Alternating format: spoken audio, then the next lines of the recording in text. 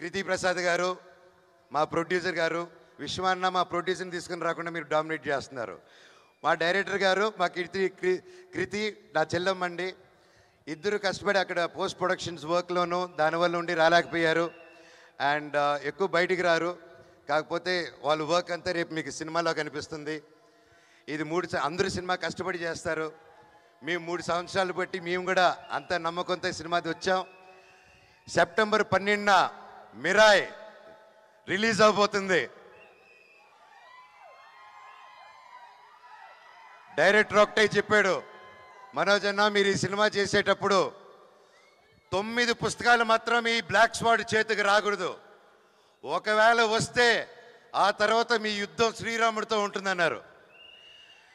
నేను చెప్పాను, బాబోయ్ అసలే దేవభక్తుడిని శ్రీరాముడితో నేను ఎలా పోటీ పెడతాను స్వామి అంటే, అన్న 9 పుస్తకాలు దొరికినప్పుడు మీరు మనోజ్ కాదు, బ్లాక్ స్వాడ్ కాదు, మీరు రావణాసుడు అయిపోతారు, 10 తలల రావణాసుడు.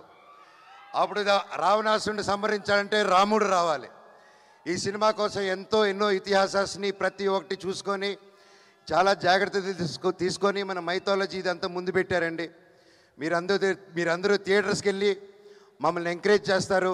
పైరసీకి నో చెప్పండి దయచేసి. మన తెలుగు సినిమా మన తెలుగు స్టేట్లో కిర్రెక్కిపోయే విజయం అవ్వాలి మీ సపోర్ట్తో. అలాగే భారతదేశంలో వరల్డ్ వైడ్ సూపర్ హిట్ అవ్వాలి. అలాగే విశ్వాన్ని అనుకునే ఈ ఫ్రాంచైజు ఇక్కడ ఆగకుండా మార్వెల్ ఎంసీ వాళ్ళ యూనివర్స్ లాగా మన పిఎంఎఫ్ కూడా ఒక మార్వెల్ యూనివర్స్ కంటే పెద్ద యూనివర్స్ ఫ్రమ్ ఇండియా అవ్వాలని ఆ భగవంతుడిని కోరుకుంటున్నానండి.